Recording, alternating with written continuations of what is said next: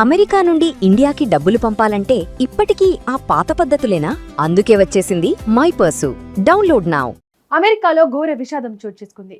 ఒకవైపు ఉద్యోగం దొరకలేదనే career tension, దానికి తోడు ప్రాణంగా ప్రేమించిన వారు దూరమయ్యారనే తీవ్రమైన మానసిక క్షోభ. ఈ రెండు ఒత్తిళ్ల మధ్య నలిగిపోయిన హైదరాబాద్ యువకుడు అమెరికాలో అర్ధాంతరంగా తనువు చాలించాడు. కోటి ఆశలతో అమెరికా వెళ్లిన సాయి ప్రదీప్ ఆత్మహత్య ఘటన ఇప్పుడు ఎన్ఆర్ఐ కమ్యూనిటీలో తీవ్ర విషాదాన్ని నింపింది.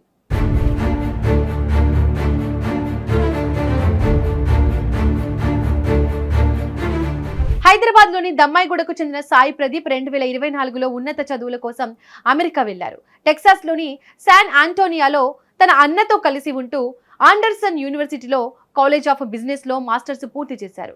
కోర్సు పూర్తయిన తర్వాత అమెరికాలో కెరీర్ కొనసాగించాలని ప్రయత్నిస్తూ ప్రస్తుతం పార్ట్ టైం వర్క్స్ చేస్తూ ఉద్యోగ వేటలో ఉన్నట్లు కుటుంబ సభ్యులు తెలిపారు. గత వారం టెక్సాస్లో ఆయన ఉరివేసుకుని ఆత్మహత్య చేసుకున్నాడు. ఈ వార్త బయటకు రాగానే కేవలం జాబ్ సెర్చ్, ఫినాన్షియల్ టెన్షన్స్ వల్లే ఈ అఘాయిత్యానికి పాల్పడ్డాడని జాతీయ అంతర్జాతీయ మీడియాలో కథనాలు వచ్చాయి.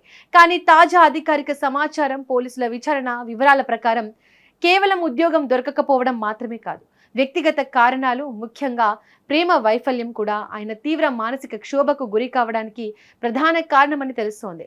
సాయి ప్రదీప్ ఒక యువతిని ప్రేమించారని, ఇద్దరు వివాహం చేసుకోవాలని అనుకున్నారని, తర్వాత ఆమె దూరంగా ఉండడంతో ఆయన తీవ్రంగా కలత చెందినట్లు కుటుంబ సభ్యులు చెబుతున్నారు.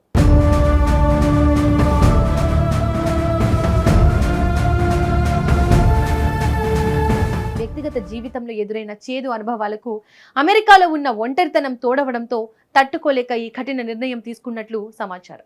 అమెరికాలో మాస్టర్ చేస్తున్న విద్యార్థుల జీవితం బయటకు కనిపించినంత సులభంగా ఉండదు. ఒకవైపు లక్షల్లో విద్యా రుణాలు, మరోవైపు 90 రోజుల్లోగా ఉద్యోగం సాధించాలనే ఓపీటీ వీసా నిబంధనలు.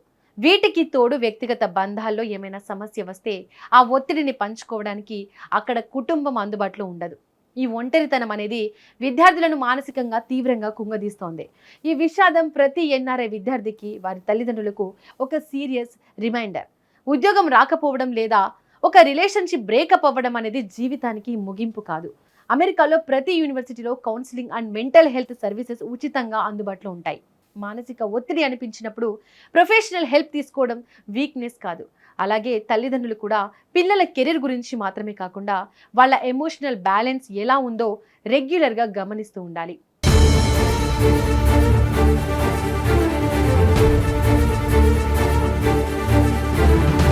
కాగా సాయి ప్రదీప్ మరణం తర్వాత ఆయన కుటుంబానికి ఆర్థిక సహాయం అందించేందుకు స్నేహితులు, సహచరులు గోఫండ్మీలో ఫండ్ రైజర్ ప్రారంభించారు. కుటుంబానికి అంత్యక్రియల ఖర్చులు, మృతదేహాన్ని స్వదేశానికి తరలించే ఖర్చులు, అలాగే ఇతర అత్యవసర అవసరాల కోసం ఈ నిధులను సేకరిస్తున్నారు.